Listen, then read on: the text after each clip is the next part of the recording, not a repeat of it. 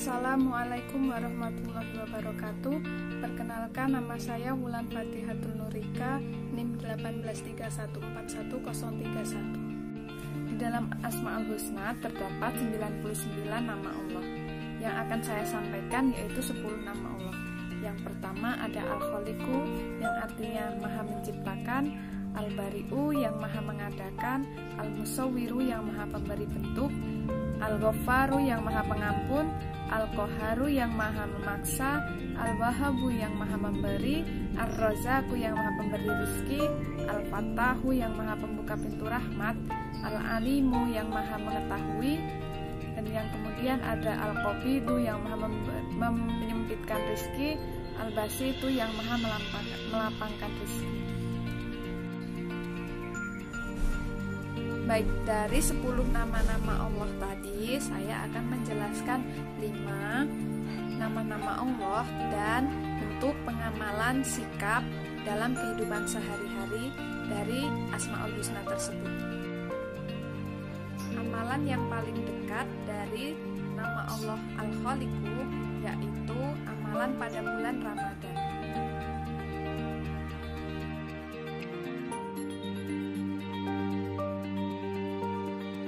Hanya Allah yang menciptakan semua makhluk di bumi dengan berbagai macam masalah, bahkan berbagai macam hikmahnya pula.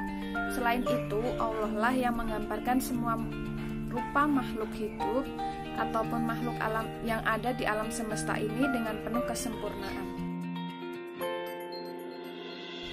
Meneladani nama Allah yang pertama yaitu Al-Khaliq, menciptakan hal-hal baru yang lebih inovatif. Maksudnya, kita dituntut untuk menciptakan hal-hal baru yang inovatif. Hal ini diperlukan karena proses tercapainya sesuatu itu memerlukan pengetahuan dan kemampuan. Pengetahuan dan kemampuan itulah yang harus diberdayakan dalam rangka menghasilkan produk-produk baru yang inovatif. Yang kedua yaitu meyakini bahwa Allah Subhanahu wa Ta'ala pencipta yang hakiki. Di sini tentu saja dapat dimaknai adanya keterlibatan pihak lain dalam penciptaan. Sementara ayat Al-Quran yang menggunakan redaksi khalaqtu yang artinya aku menciptakan berarti mutlak kuasa dan wewenang adalah Allah Subhanahu wa Ta'ala. Meskipun manusia memiliki peran dalam penciptaan, tetapi peran hakiki tetap dimiliki oleh Allah Subhanahu wa Ta'ala. Nama Allah yang kedua yaitu Al-Ghaffar. Al-Ghaffar berasal dari kata ghafaro yang berarti menutup. Yang dimaksud menutup yaitu menutupi semua perbuatan manusia, perbuatan dosa manusia yang telah dilakukan oleh hambanya. Nama Allah Al-Ghafaro terdapat dalam Quran Surat An-Nuh ayat 10 yang artinya, maka aku katakan kepada mereka, mohonlah ampun kepada Tuhanmu, sesungguhnya dialah Allah Maha Pengampun. Sifat yang perlu kita teladani dari nama Allah Al-Ghaffar yaitu yang pertama senantiasa memaafkan kesalahan orang lain. Memaafkan dalam bahasa Arab adalah kata yang indah dan mengandung makna melapangkan dada. Berusaha untuk berlapang dada dan memaafkan orang lain atas semua perbuatan buruk dan kehilafannya. Agama mengajarkan bahwa kita memaafkan adalah bentuk dari ketakwaan kepada Allah Subhanahu wa Ta'ala. Dan takwa sendiri berarti tunduk dan takut kepada Allah. Orang yang suka memaafkan berarti dia takut kalau Allah tidak memaafkannya karena dia tidak mau memaafkan orang lain yang bersalah kepadanya. Yang kedua yaitu menutupi kesalahan orang lain dengan tidak membeberkannya.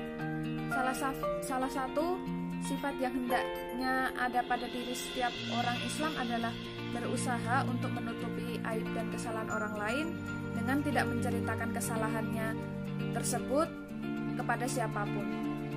Orang yang menutupi kesalahan orang lain, maka kelak di hari kemudian, maka semua aib yang telah dilakukan semasa hidup di dunia akan ditutup pula oleh Allah Subhanahu wa Ta'ala. Yang ketiga, menampakkan kelebihan orang lain. Dengan tidak menampilkan kekurangannya, merupakan bentuk pengamalan dari Al-Ghafar. Dengan melakukan ini berarti seseorang benar-benar mencintai saudaranya dengan sebenar-benarnya.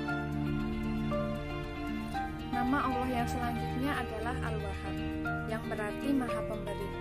Pemberian Allah itu tanpa syarat dan tanpa batas. Kemudian juga tak terukur, ada lagi tak ternilai. Karena tak pula satupun yang mampu menghitung anugerah dari Allah. Kemudian contoh pengamalan Asmaul Husna Al-Wahhab ini dalam kehidupan yaitu jika kita diberikan karunia dari Allah yang lebih seperti harta yang banyak, kepandaian, akal dan pikiran yang jernih, maka saat ada orang lain yang membutuhkan karunia yang kita miliki, sebaiknya kita juga memberikan sebagian karunia kita untuk orang tersebut. Misalnya, pada saat orang yang kekurangan, kita memberikan sebagian harta yang kita miliki dengan ikhlas. Saat ada orang yang sedang kesulitan mengerjakan sesuatu, kita ikut memberikan bantuan baik berupa akal, pikiran, tenaga, harta, dan sebagainya.